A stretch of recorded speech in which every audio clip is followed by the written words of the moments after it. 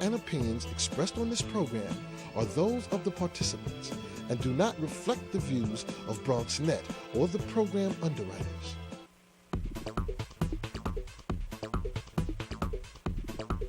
BronxNet. Your voice, your views, your vision. Hello, everyone, and welcome to Open Friday, the one and only talk show bringing the best of the Bronx, New York, and the world straight to you. I'm Rina Valenti, your host, Y Café con Leche, every Friday morning. Let's take a look at today's show. First up, writer, actor, producer Marco Antonio Rodriguez is back to discuss his new play, Barcelo con Hielo. Then we'll speak to motivation champ Dominic Damaski about Don't Double Bread the Fish. The sports roundup with Bobby C follows, and our open artist spotlight shines on members from the Red Monkey Theater Group. All this is coming your way because now we are officially open.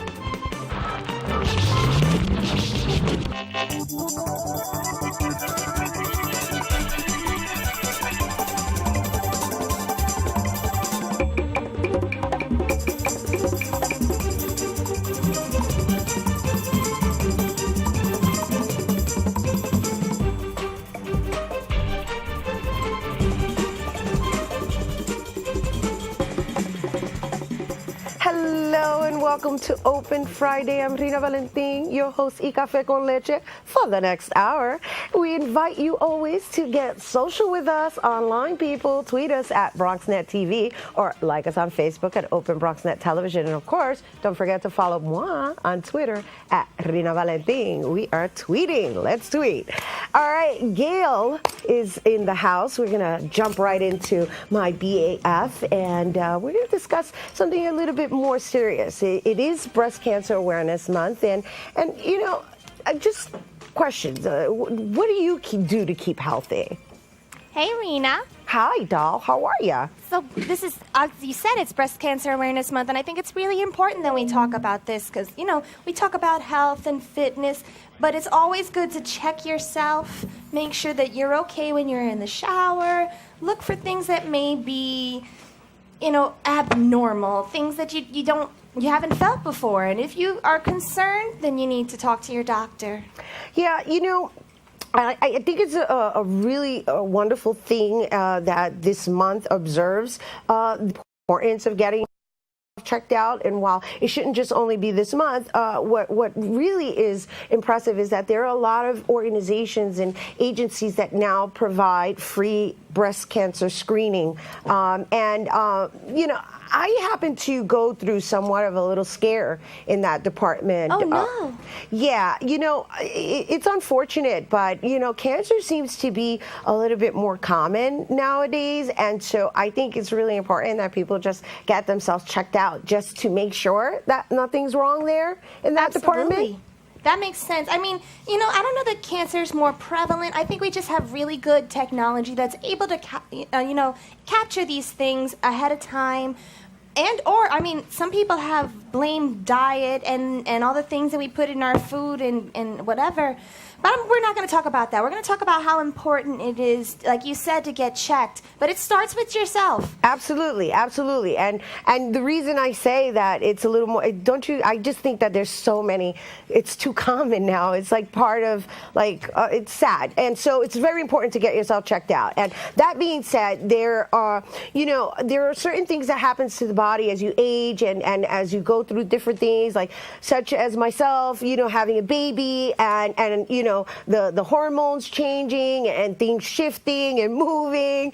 And, you know, as we know, you know, I'm out to like get lean and so forth. And with that comes actually getting checked out and visiting the doctors to make sure that everything else is operating properly. And you know, I'm going to say that they found a lump in my breast. Oh, my goodness. Yeah. How did you feel about that? You know, I was grateful that there are these free breast cancer screenings that allowed me to actually go and check that out specifically.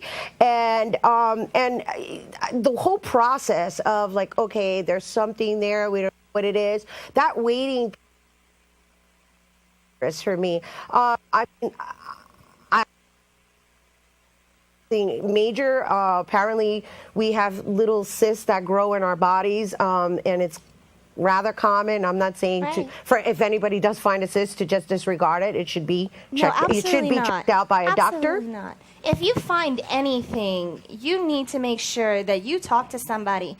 If you don't wait, it's important because we never know which kind of cancer it is because some are more aggressive, some are less, and maybe it's nothing, but you really should know because knowledge is power, especially in this area. And like you said, there are free and low-cost breast cancer screenings happening all around the Bronx. Our wonderful producer gave me some information about the American Italian Cancer Foundation is going to have a mobile care clinic, and they're going to be doing breast cancer screenings Wednesday, October 23rd, and Saturday, October 26th.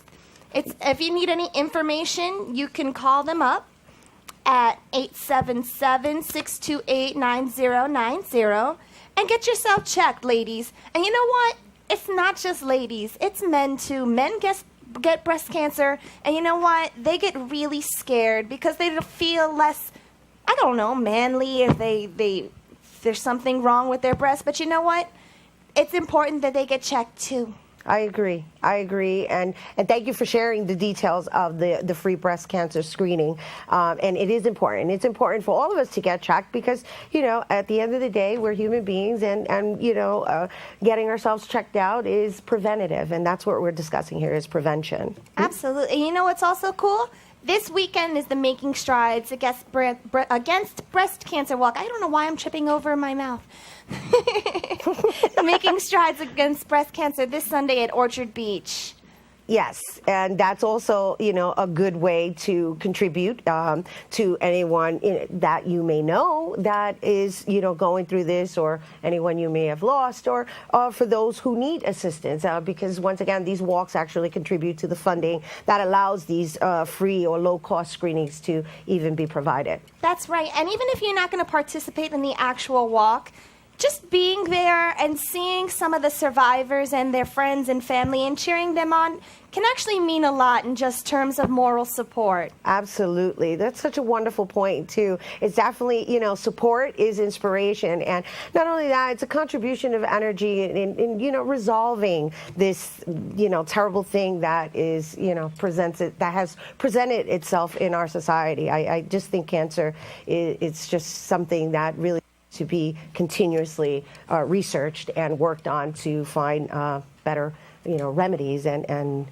just eliminate it completely within our language. That would be fabulous. That would be fabulous. So you know what my motto has been for the past few weeks, especially for this month? What? Save the tatas. Save the tatas. That's sweet. I like that. That's sweet. You come up with them, girl. I like that one. I like that. Beautiful. Thank you so much for all the information you shared with us, and of course for the wonderful inspiration and the tagline. Save the tatas, right? Save the tatas, everybody. I like that. Save the tatas from my BAF, Gail, in the house. Whew. Yes. So once again, we were probably going to put up some full pages, so if you have a pen or paper, now's the time to pull it out so that you can write down information for these free or low-cost breast cancer screenings as well as the walk. All right, so we do have to take a quick break, but we'll be right back with Marcos Antonio Rodriguez. Don't go anywhere. Wow, these are really good. You act surprised.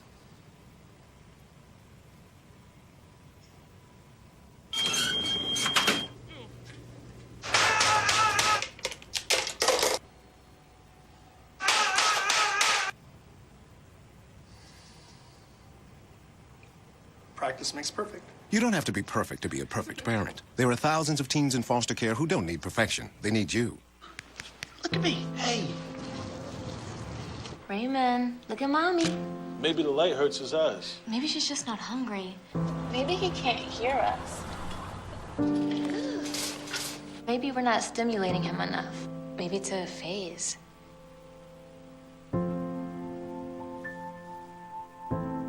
Avoiding eye contact is one early sign of autism. Learn the others today. The sooner it's diagnosed, the better. Being a dad can be tough. No. What do you mean she's not coming? When's the ferry princess coming. Any minute now. But when you're willing to do anything...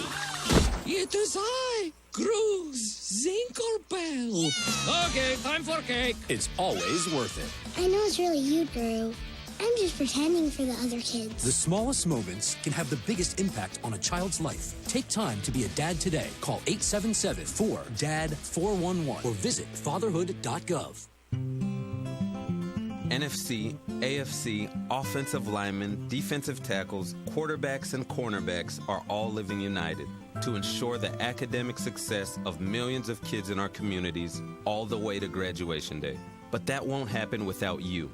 So take the pledge at unitedway.org. Make a difference in the life of a child. Suit up like your favorite NFL players and become a volunteer reader, tutor, or mentor with United Way. Sit with me, imagine what you'd see if every child had a book to read. So the mission is for us to get a book to each and every child. So let's join hands, book people unite, unearth hidden passion. Come on, we'll have a good time.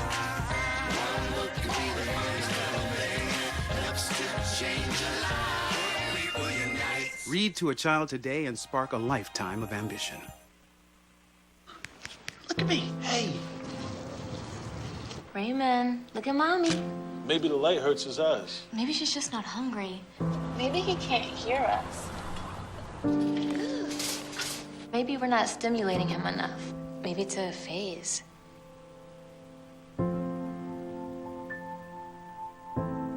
Avoiding eye contact is one early sign of autism.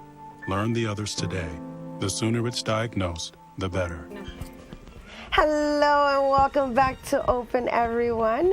And we are here with a playwright, actor, producer, Marco Antonio Rodriguez, whose new play, Barcelo con Hielo, I think I said that right, recently won the MetLife Nuestra Voces competition. And, well, it will have its premiere at Repertorio Español in May 2014. Welcome back to the show, Marco. Thank you, mi cafecito con leche. Reina Valentin. Thanks for having me back. Oh, absolutely. Congratulations. Thank you. Thank you so much. Congratulations. You had a great success with the La Luz de un Cigarrillo, right? Yep. And now you just won this competition. However, I would like to just discuss a little bit of the process, because you actually won this competition in 2012, and here we are in 2013, and you've done a reading, but yet the actual full-fledged production doesn't go up until 2014. And that's quite a long process. It is. Actually, it opens June 13th, 2014. Right, right. At Repertorio Español. MetLife Nuestras Voces is a national playwriting competition for Latino playwrights. And so they have a lot of submissions from around the nation, and it takes a while for the judges to read everything, and then it goes into a semi-finalist process, and then into a finalist process where you have to have a reading. And that usually takes a period about 6 to 8 months, because a lot of people submit. Right. You can write it in English or Spanish, it doesn't really matter. But the point is that it has to showcase the Latin American experience in the United States somehow, some way. Even if it deals with here and out of the country, but somehow it has to be the Latin American experience. So what happens is that process takes a while. My play won in 2012 and was going to premiere actually right now in September, this past September, but because of scheduling, we moved it to June. But typically, you're right, it is produced the following year, right? Because of the process it takes for development and also the process of the competition in itself. Right, right. You know, and you know, I'm saying you're really kicking it out there with the plays, and well, no, and not only that is that you're writing them in English, but it's a Latino experience, and you're writing it about your descent, right? And on top of that, you kind of use objects as your point of view. Okay, so the first one was a cigarette, right? But the story wasn't about a cigarette, and now this one is about Barcelo con Hielo, and your actual image is a cup with ice. What is that about? Under the sun, right? On the beach. Yeah. Well, actually, I kind of worked backwards lately in the last 5 years. I write in Spanish, and then I translate them into English for subtitles. Actually, La Luz de un Cigarrillo, which not literally translated, but Ashes of Light is the English title. The cigarette represented the character, the main character, which was Luz. Right. Her name was Luz. Right. Barcelo con Hielo, which is Barcelo on the rocks, represents the character of Nino, who is a man from the Dominican Republic, from El Cibao, who is on the rocks. And he just has discovered he has to confront his mortality by revealing his truth to his two sons, which is connected to the political unrest of the 70s in the Dominican Republic with Dr. Joaquin Balaguer. So a lot of my objects and my environments are characters within the play themselves.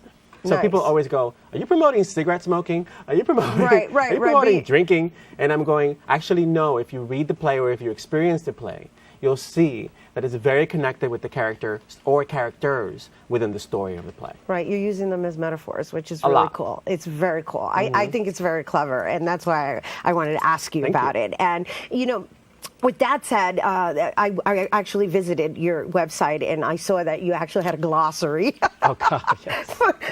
for what, Dominican terminology? Yeah. Dominicanisms. Tell me a little bit about that. Well, there's a lot of things that, as Latinos speaking Spanish, we don't know about each other's cultures, and even though we're speaking the same language, we're not speaking the same dialect, or we're speaking in, you know... we have our own slang. Thank you. And so Dominican has its own little sort of ebonics, if you want to call it. Right, that's the new term. That's the term of today. Dominiconics. Nice, good one. So it's important for me to people to feel access to the language so they can connect with the story. And so that's why I always have a glossary, either on the website and in the program too. So people who are from Colombia and see something like, you know, a Dominican word can go, oh, that's what that is, tostón, or, you know, some other Dominican word that they don't quite connect with. Okay, that's what that is, and they don't feel disconnected from the story. Right, and so it's safe to say it's Spanglish. It's Spanish, actually. It's Spanish. But it's very specific. No, I meant the play itself. Like, are you going to use those terms in the English version of it? Yes. So it's Spanglish. Yes, in the English version, which is Barcelona on the Rocks, yes, you're right, it is Spanglish. It is Spanglish, which is kind of cool. And in the English version, it's very urban. So a lot of the stuff from the Bronx or the Heights really sort of is heightened in the English translation of the play. Now, what's that like for you being produced at Repertorio Español? Well, it's pretty cool because I grew up going to Repertorio Español since I was un chiquitín. It's very prestigious. It's very prestigious. They've treated me like a king there. Nice. They're very respectful of the process as a writer. And I'm just in gratitude because they believe in the play, they love the play, and they believe in me. And for somebody who grew up going there, it's like a dream come true. So it's quite a blessing. And I'm pretty thankful. And not just to them, but to the community. People like you who have opened their arms. Open? Nice, we like that. Open. We gotta go like this. We gotta go open. Open their arms to me and to my work and said, yes, please, welcome. There's not enough Dominican contemporary in Spanish work. We want you here. And I'm, for a little Manhattan boy that went off to live in so many other places, it's really a joy to be back home. And I just moved back home. I'm back in New York now. Nice. Well, welcome home. Thank you. So welcome that's pretty home. cool. After jumping around for so many years, I'm now back to my roots. Which is, you know, the whole thing is just really great for us as well to share with our viewers because we had you on with La Luz de un Cigarrillo. And La Luz de un Cigarrillo, just so you know, is actually still out there. Yeah, it is. And it's still running, which that within itself is phenomenal because usually plays, they run and then it's like, okay, close shop, and then we move on to the next one. But here you are moving on to the next one while the other one's actually running on its own. I know. Which that speaks volumes for your work. It's crazy. I mean, Rutgers University is studying it. University of Puerto Rico is studying it. I just found out last night that there's a high school, Gregorio Luperón High School in Washington Heights. The kids are going to study it. They just produced it in the Dominican Republic. It had 3 extensions in the Dominican Republic. So I'm kind of going, wow, my baby. Your baby went off and took a life of its own. Took a life on its own. And that's exactly the point, particularly for the younger generation, to take it and make it their own. Lehman College did it. I know. That's right. We had you on then. Exactly. And then York College did it. So it's just a beautiful thing to observe, to give birth to something, so to speak, from here, not from here. Right. Well, you know, if only you could. But las entrañas, you as they say in can't. Spanish. Well, you know, you don't have the tools. But it's all good. You know, it's wishful thinking. You did it in another form. Another form. Yeah, there you go. Spiritually. And then see it grow and grow and grow. 2 years later, and it's still moving along. And there's still so much interest in it. I'm just in awe and in gratitude consistently. awesome. And you know what? The fact that you're contemporary, right? Yes. Which is really Yes. like that's where we are now. Yes. Just using terms like ebonics versus slang, right? It's Yes. like updated, and yet you're able to touch the next generation and have them feel a sense of connection without being displaced because they're English or whatever it is. Because there's like generational gaps in stories. When I've visited Latino theater, I'm a thespian, and so there's something that is being updated now, and you're actually part of that movement, and the fact that you're being studied and you're still alive.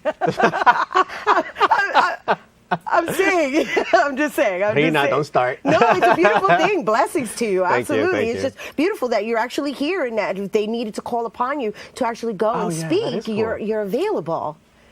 Like Juno Diaz too. Exactly. Exactly. And it's Isabel Allende. It's just really cool that's happening. I agree with you 100%. And it is our honor to have you here as sharing your story. And so what should people expect in 2014 at the grand opening Good of question. Barcelo Oh, con Hielo? Yeah, no kidding. Barcelo con Hielo, I feel, is kind of what you just shared. It's going to make it accessible for the younger generation to learn about some of the history of the Dominican Republic, but in their terms, because a lot of it happens with characters that are very urban. And contemporary, but then we flash back to see some of the stuff from the past. So expect a lot of comedy, but a lot of drama. I love dramedy because that's what we live. Right. We live dramedy. Correct. One moment we're crying. It's very Chekhovian in that way. Yes. Not to sound a little arrogant. Right. But it's very Chekhovian. I think you're having some Chekhov Yes, people we there. have Chekhov people in that way. Okay, so cool. that you're laughing 1 minute and a split second later, you're just kind of like, what just happened? And I love that. To me, that's life. That's the thrill of live theater in particular. Yes, it of is. the genre of live theater. So And- expect a lot of laughing, but also a lot of thought-provoking emotion going on. Nice. And thank you for being here and Thank sharing you, that with Rina. us. And thank you for taking the time to placer. actually write the classics in a contemporary form. Yes, That's baby. cool. Thank you for Yes. that. Oh, yes. Thank you. Yes, thank you. All right, once again, to find out more about Barcelo con Hielo, you can go to marcoantoniorodriguez.com. We'll be right back with more Open when we return. You can say with me, imagine what you'd see if every child had a book to read. So the mission is for us to get a book to each and every child. So let's join hands, book people unite, unearth hidden passion. Come on, we'll have a good time. One book can be the first that helps to change a life. People unite. Read to a child today and spark a lifetime of ambition. Barry, time is running out. According to my calculations, 1 in 5 kids in America struggles with hunger. How can so many children face hunger when there's more than enough food to feed them all? You're right, Barry. We can help solve hunger by teaming up with Feeding America to get food to hungry kids in communities across the country. Help Flint and the Feeding America network of food banks get food to the people who need it in your community. Find your local Feeding America food bank at feedingamerica.org/hunger. Together, we're Feeding America.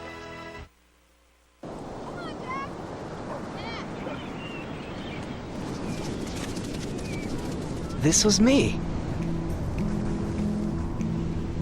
And Mom and Dad. And my big brother Alex. And Jack.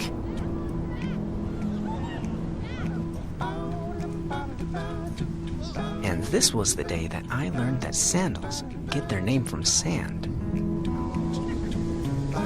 That jellyfish aren't made of jelly. That stars don't just come from the sky.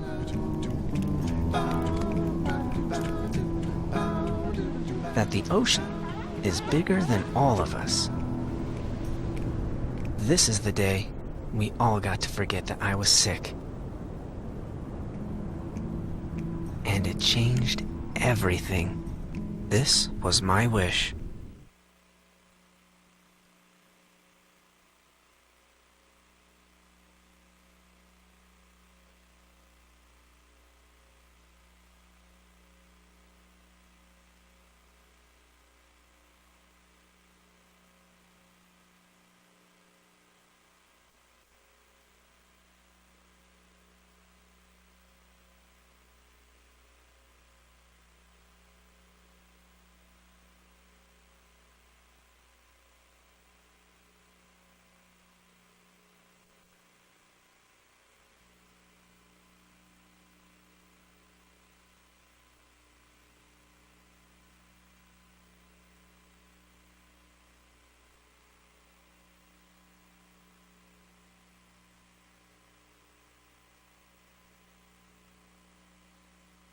Bread the fish.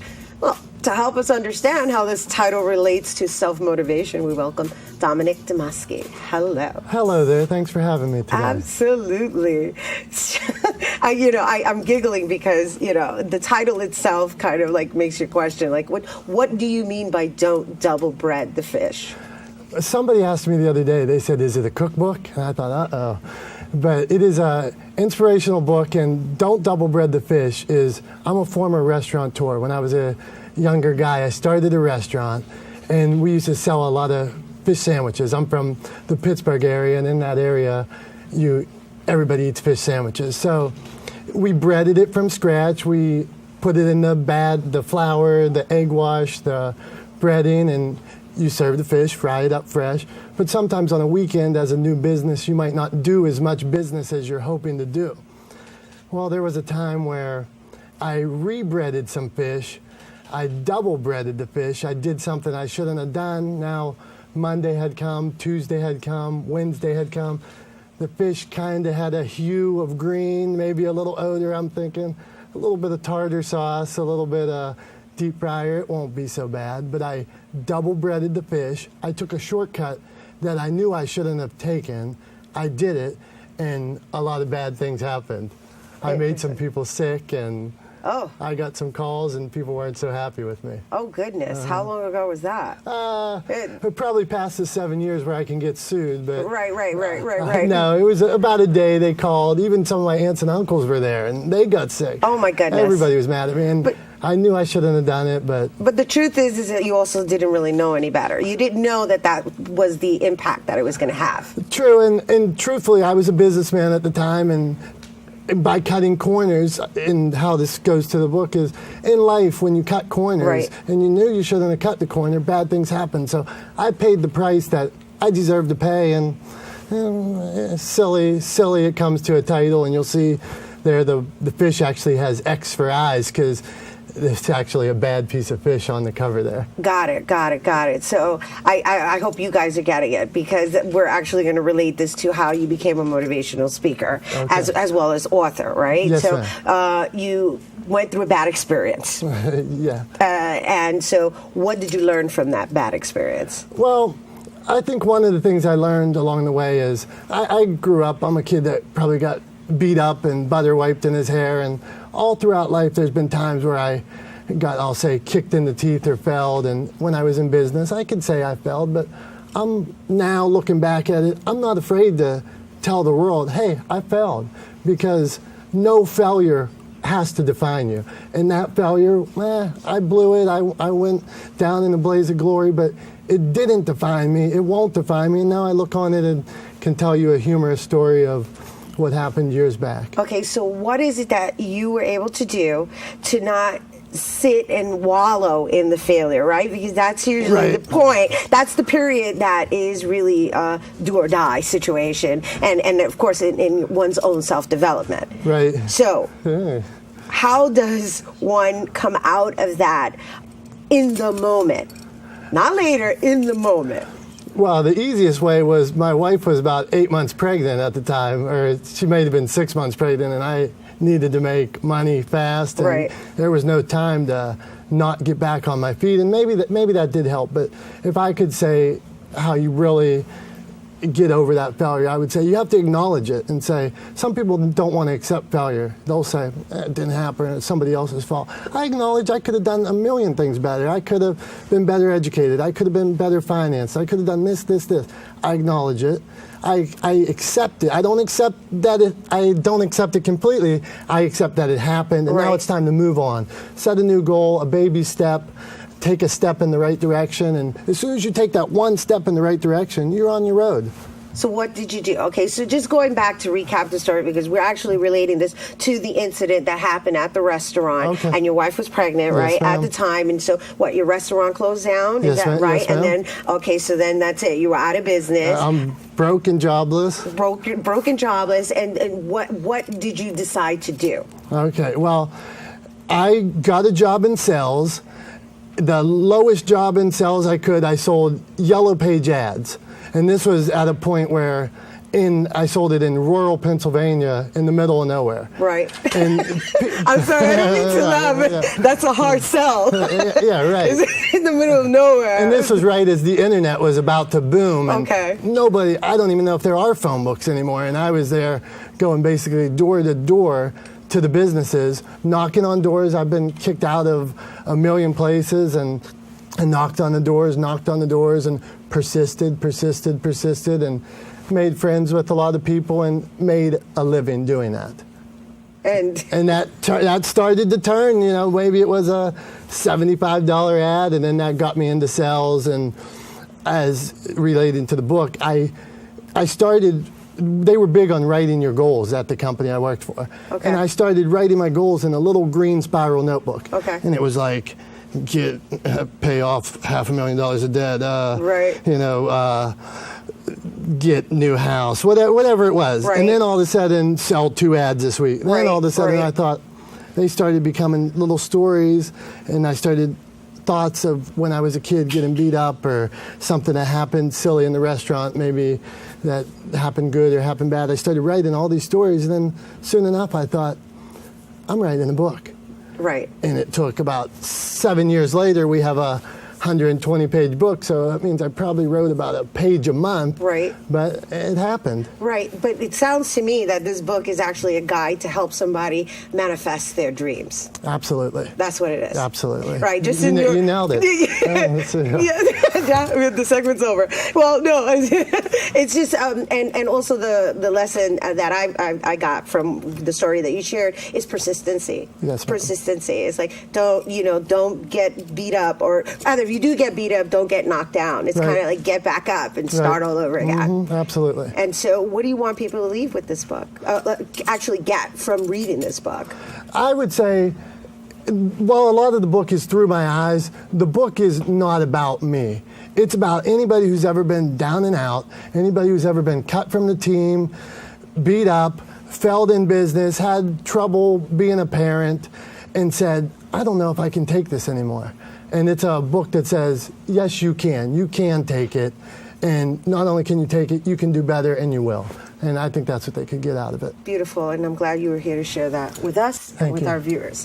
Thank you for sharing your story. I appreciate it. Thanks for having me. Absolutely. And once again, for more on Dominic Damaski and the book, Don't Double Bread the Fish, you can go to motivationchamps.com. There's more Open with Bobby C. when we return. Don't go anywhere. All right, give me a spot. You know my motto, safety first. They could be dangerous. I think we should call animal control. Animal control? To be safe. Don't worry. I got this. It's a new motto. You don't have to be perfect to be a perfect parent. There are thousands of teens in foster care who don't need perfection. They need you. Look at me. Hey. Raymond, look at Mommy. Maybe the light hurts his eyes. Maybe she's just not hungry. Maybe he can't hear us. Maybe we're not stimulating him enough. Maybe it's a phase.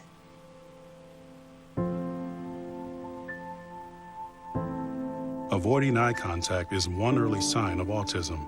Learn the others today. The sooner it's diagnosed, the better.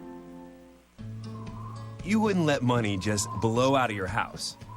So when your AC or heater is on, make sure the doors, windows, and fireplace flue are shut tight. If you're headed out, turn down the AC or lower the heat by 10 degrees. And always keep your water heater set at 120. A little bit of common sense goes a long way. Get more great tips at energysaver.gov. Know what? What?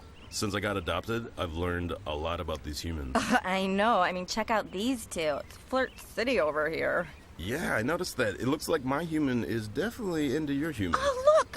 I think she's getting his number. Nice. Your human's got some sweet moves. Takes after his dog.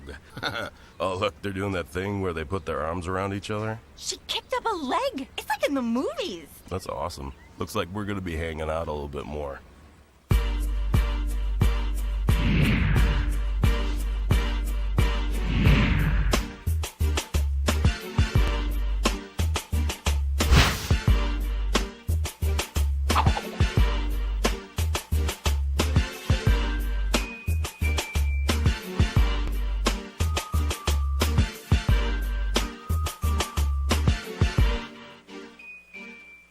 This is Bobby C. reporting from the Barclays Center, where the Brooklyn Nets have plenty of new faces in the locker room as the Nets start year 2 in Brooklyn.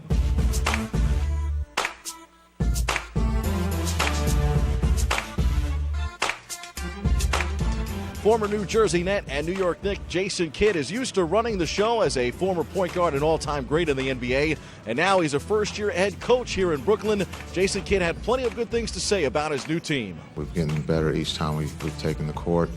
The points in the paint, I think we've worked on that.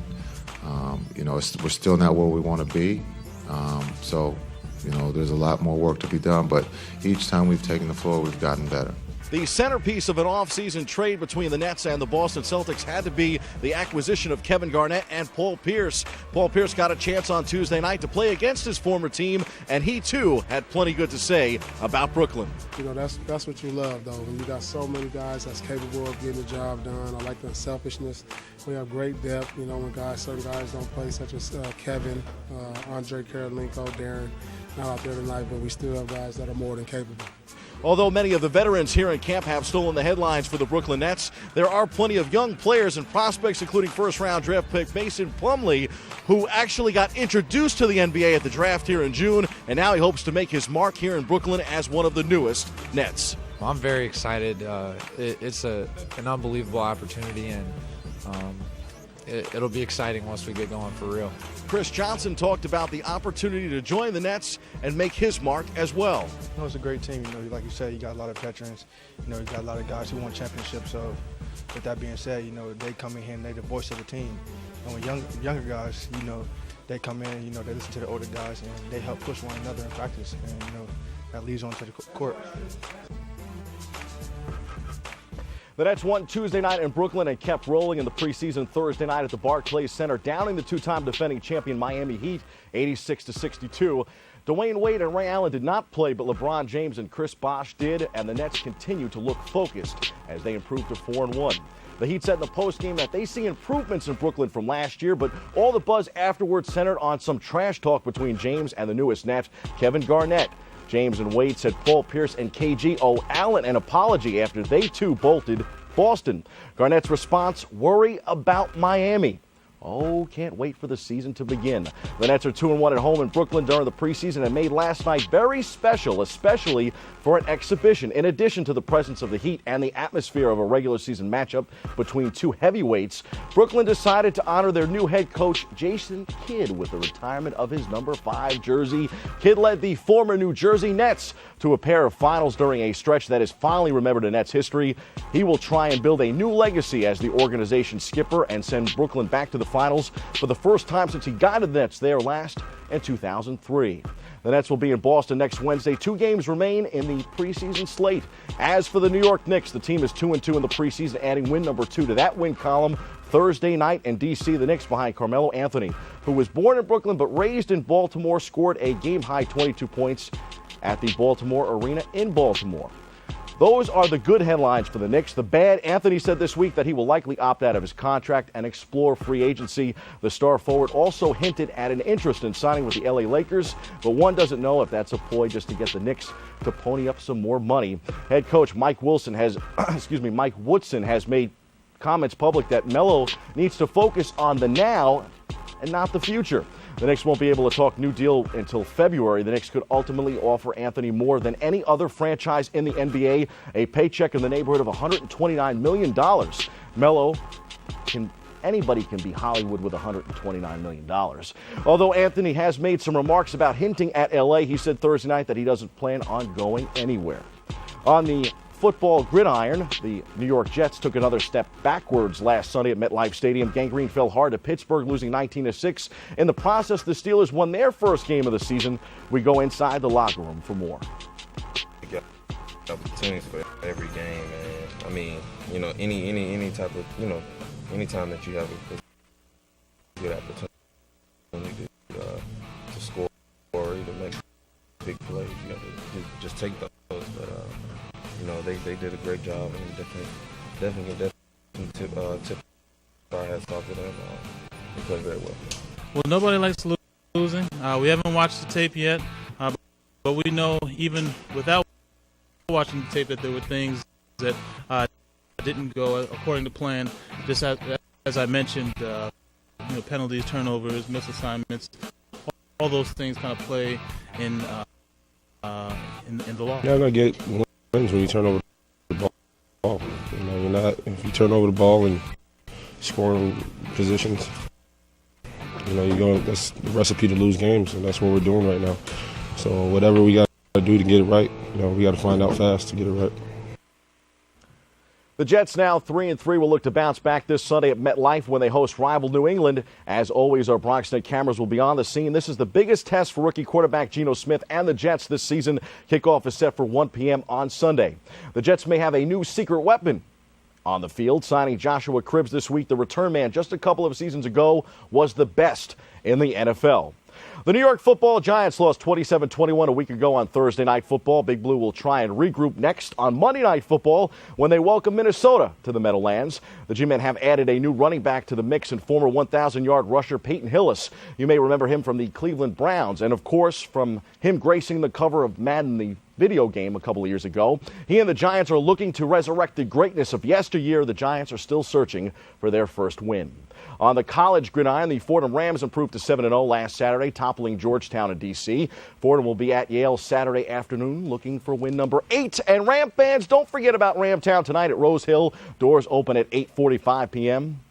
You won't want to miss it. On the baseball diamond, the Boston Red Sox are 1 win away from the Fall Classic. A 4-3 victory Thursday night has Detroit on the brink. The Sox will host the Tigers on Saturday, looking to finish off the American League Championship Series and go to the World Series. In the National League, the St. Louis Cardinals hold a 3-2 edge over the LA Dodgers. Game 6 of that series is tonight in St. Louis. Those are the headlines. We hit the C-list for the moment of the week.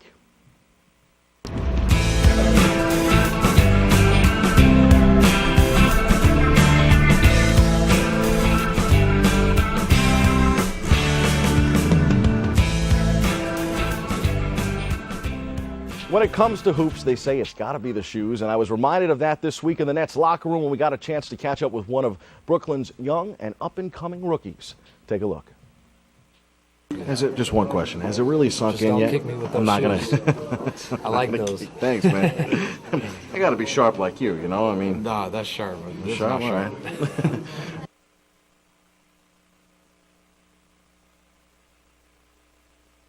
Well, Mason likes my kicks, and I'll tell you, I cannot wait to kickstart the NBA season. We're only a couple of weeks away from real deal basketball. I figured since Mason has inspired me, and I am a believer, I'm picking Brooklyn to leapfrog the Knicks in the standings this year. I had the Knicks slightly better than the Nets a year ago, predicting 5th and 6th for the two teams. Brooklyn was more on point in that prediction a year ago, but the Knicks really wowed, moving up to the 2 seed.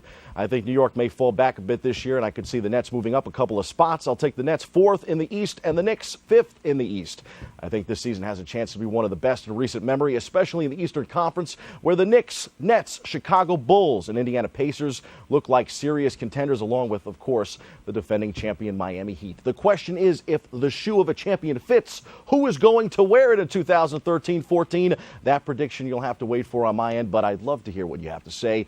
Hit me up on Twitter at @TheVoiceBobbyC. That's your sports. I'm Bobby C. Stay tuned. More action coming up right after this.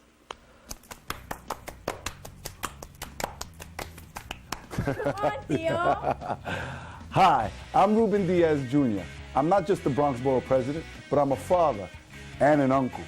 I can't emphasize enough how important it is for men and fathers to be a part of their children's lives. Let me talk to you about a program that's come out of my office, the Bronx Fathers Taking Action Committee, which is a committee of Bronx fathers and men formed to help uplift the institution of fatherhood while responsibly respecting the privilege of being a dad. Our mission statement is to engage, empower, educate, and encourage fathers, grandfathers, and uncles of all ages by providing them with the resources and help that they need in order to build new relationships with the leaders in our community. 6, 7, 8, Ultimately, 9, this 10, initiative will 11, help 12, reinforce 13, Bronx 14, men as 15, positive role 16, models. So, 17, I just want to 18. take the time out to encourage fathers, grandfathers, 1, 2, 3, men of 4, all 5, corners of the 6, Bronx 7, to 8, take an 9, important 10, role in the 11, lives of 12, the children in your 13, family 14, and in 15, our 16, community, 17, and also 18, to get 19, involved in this uplifting committee. Thanks, guys. Thank you. Thank you. Let's start it again, Theo. All right.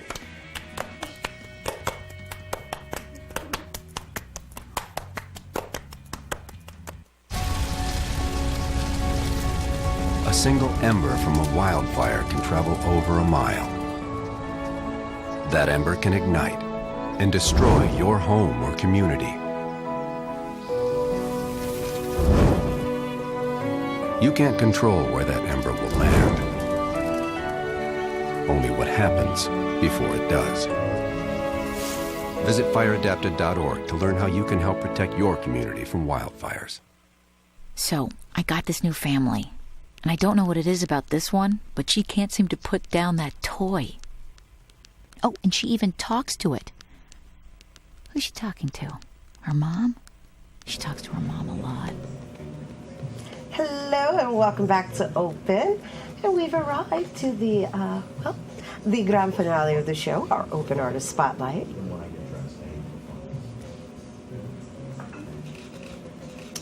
The Open Artist Spotlight is made possible in part with public funds from the Bronx Council on the Arts through the New York State Council on the Arts Decentralization Program. The Red Monkey Theater Group is presenting a new adaptation of Chekhov's classic Three Sisters at the College of Mount St. Vincent in Riverdale. And on set, we have the artistic director who has brought this classic into the 21st century. Please welcome director Tal Avizier. I think I said that right. That's and cool. actor Joe Larrero. Thank you so much for having us. Welcome, It's so nice to be gentlemen. here. Welcome. Did I say your last name right? Yes, you did. I did. Great job. Yeah, Thank yeah, you, yeah. thank you, Yeah, thank it's not you. easy. Yeah. Yeah. So, first share a little bit about the Red Monkey Theater Group. Sure. Yeah. We're the resident company at the College of Mount St. Vincent in Riverdale. We've just started our second season in residence, but we've been around for a little while. We were founded in 1999. And we've performed all over Manhattan, all over the Bronx and Westchester, but we're very happy to have this current residency. We have a brand new theater that we renovated last year. It's called Cahill Theater at the College of Mount St. Vincent, and we will be there all season. Our season starts Saturday night, the 19th. That's nice. That's a big deal for a theater company. You have a space in where you're actually going to be presenting for a whole season. It's in this day and age, it's amazing for any theater company to have a home. And to be able to program the same theater for show after show is really a blessing for us. We're very lucky. Well, congratulations on that. Now, why did you choose classics? Let's start there, because you have a few that you're going to put up, and I know that it's all geared towards Three Sisters, right? Sure. So just share a little bit about the classics, and then we'll talk about your adaptation of the classics. Right. Well, I'm a classically trained actor, so that's my background and sort of what I've always had an affinity for, a lot of Shakespeare. And a lot of Chekhov. And I think that the reason people keep going back to these plays that are 100, 300, 500 years old is there are some very universal themes there that are timeless. So that you can take something that maybe was written in a different language, in a different century, in another part of the world. But if it's a classic, you ought to be able to find something personal in it, something about you that you recognize and say, wow, even though that was written by somebody so different from me and so long ago, it's saying something about me. I recognize something about myself up there on stage. Now, I had another playwright on earlier, and he was referencing, terminology and ebonics and just bringing things into this day, this era, so that the next generation actually grasps a hold of these classical stories that have important information. Now, how does one adapt a language, right? Because Shakespeare had his own language, right. And Chekhov is Chekhov, you know? Right. So what would you consider, and the Three Sisters story is about Russia, right? It's set in Russia. And as far as what we did with the language, this is kind of a funny story. I don't speak Russian. Right. And no one in the theater company does. Unfortunately, I would love to be able to, read that in Russian. But there are, early 20th century English translations. The first one was done by a lady called Constance Garnett. And that's in the public domain now, so you're free to use that however you choose. But it was written for really an Edwardian English audience, which is not necessarily the audience that's going to come see it in the Bronx in 2013. Right. So what I actually did was take the original Russian, Shakespeare's language, right. And I fed it through Google Translator to get a literal translation, which is doesn't sound like a human being talking. It doesn't understand idioms or figures of speech or anything like that, but you do get a word-for-word literal translation. Right. Then I took Constance Garnett's early 20th century British translation, and I used those as a basis for creating a new original 2013 adaptation of Three Sisters written in American English. In American English or urban English? There's a little from column A, a little from column B, but it'll cool. it'll be the idioms will be really recognizable to the audience that will come to see it. There won't be any barrier between them and the text. But at the same time, I thought it was still really important to stay faithful to Chekhov's characters and the story that he wanted to tell about these three sisters and their family. So I don't think that any Chekhovian purist would be offended by it. Okay. But at the same Which time, is important. Right. Because it's not like, oh, we're just taking it and shredding it. We're taking it and we're modernizing it, but maintaining the respect level of honoring the message. So, all right, so we're going to take a quick break, right? And then when we come back, we're going to take a quick break, and when we come back, we're actually going to meet one of the actors from Three Sisters. Don't go anywhere. Long before I was in Hollywood, I had a grandmother by the name of Estelle Marie Taylor, positive role models to make sure that I was on the straight path. Big Brothers Big Sisters carefully screens volunteers and places them in long-term mentoring matches with kids who face adversity. With more volunteers, especially men, and more donations, every little who needs a big can have it. Start something. If it's been a while since you've been involved, start something again. Learn more at bigbrothersbigsisters.org. Hello and welcome back to the studio. Before we took the break, we were discussing the Chekhov classic Three Sisters, and we're here with the artistic director of the Red Monkey Theater Group, along with the actor Joe Lauriero, right? Lauriero, I think I said that right. You got it now. And so now we're going to dive into the story a little bit and just share a little bit about your character and what this means to you. Are you also classically trained? I'm not classically trained. I did have some training a few years ago. Of course, the title of the play is The Three Sisters, and I am the brother of the three sisters, Andre. The character, basically, he's the intellectual of the family. They grew up with a military father, but he was very adamant about not having his son raised that same way, although they were raised in a military style. And there were high hopes for Andre that he'll become a professor, and the family is very aristocratic. There's a lot of, I guess you could say, heirs.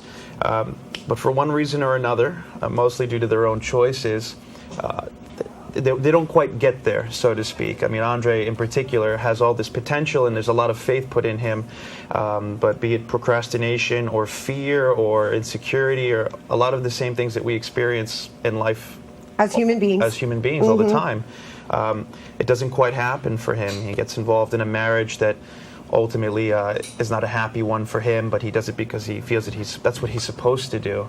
And for me myself, being 29 years old, I've certainly had that experience in my life of having goals per se that weren't quite met, and I'm an optimist. I think things will still happen the way that they should, but the way that they were supposed to, or the way that I thought they were supposed to, and not meeting those, so to speak, definitely relates. I can definitely bring that into the performance. No, it's great that you're sharing that, because like in life, right, we have a tendency, we set a goal, and then what do we say? Life happens, and then some things did just get forgotten about, right? And then the idea is that, right, especially when we share stories like this, is to kind of like reinforce that, okay, you can come off track, right? And end up in a different road, but make sure that road leads back to your overall goal. I think that is exactly what Chekhov is saying in this play. Three Sisters is a kind of warning to make the most of your time. Right. That time won't wait for you, and you have to take some agency in your own life. And just going back to the fact that Chekhov is a classic, and it tends to kind of like intimidate people who may not necessarily be theater goers and so forth, and just to invite our viewers to understand the actual importance of the culture of, actually appreciating a different culture, and the fact that you've actually taken it and adapted it to our culture per se. What are you trying to do in our environment, like with us here in the Bronx? Sure. Well, I think that the idea is these stories should be strong enough that any audience that goes to them shouldn't feel alienated. And I think that the universality of them will be really appealing to a Bronx audience, and also maybe very surprising to a Bronx audience, because the assumption is that's not me and that has nothing to say to me. But I think it's really broadening when you realize aside from some superficial differences, some cultural differences, essentially emotionally, psychologically, that is me. Right. And these stories actually have a lot to say. I think if you go and you feel alienated by a Shakespeare play or a Chekhov play and it doesn't speak to you, I think that's really on us. I think that's really on more the performers that you're watching and the director, because the stories are good enough. They just maybe haven't been told well enough to move you. You know, and the only reason I presented it the way I did is because prior to myself getting into theater and studying it, and of course Shakespeare it's mandatory that we study it, because it's actually the beauty of appreciating language and understanding the intent behind it and the subtext and all that. And now I'm speaking in theater terms, but prior to that, I would have been petrified to walk into a theater that was Shakespeare or Chekhov. Right. And so I just, you know, for anyone who's watching who's never experienced that, how do we get them there so that they understand what they're missing? Yeah. Well, I think part of it is by doing something like this, where we're using our modern American language to tell the story to them.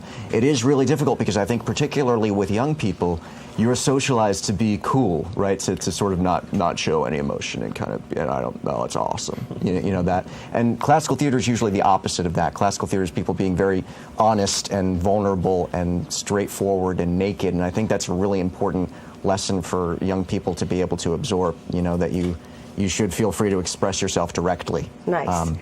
I think the best part of specifically what we do, but what we're trying to accomplish, and I think in any piece of art, be it whatever medium, a true classic, whatever it is, any piece of art, a modern even, it transcends whatever period of time it is. If you can connect to it, it doesn't matter where or when it was written. If you can connect to it, as you said, I mean, that's the beauty of it. Beautiful. And so, speaking of time, it opens October 19th. Yes, and it runs through November 2nd on the weekends. Right, and so October 19th is this Saturday, and you're running till November, every weekend. Congratulations. Thank you so much for being here. Thanks so much for having us. Thank you. And sharing your stories, and for taking the time to adapt it. I look forward to seeing this myself. Thank you. Awesome. All right, for more on redmonkeytheater.org and the Three Sisters Show, you can, actually for more on Red Monkey Theater and the Three Sisters play, you can go to redmonkeytheater.org. That's what I meant to say. And so, as we say in showbiz, it's a wrap. That is our show today. Thanks to all our guests for coming through, and to you, our viewers, for tuning in. Be sure to check out the Recablecast tonight and throughout the weekend here on BronxNet and 24 hours a day by going to bronxnet.org. Once again, I'm Rina Valentin, and from all of us here at Open, may the universe provide peace, prosperity, and love. Mwah. Adios.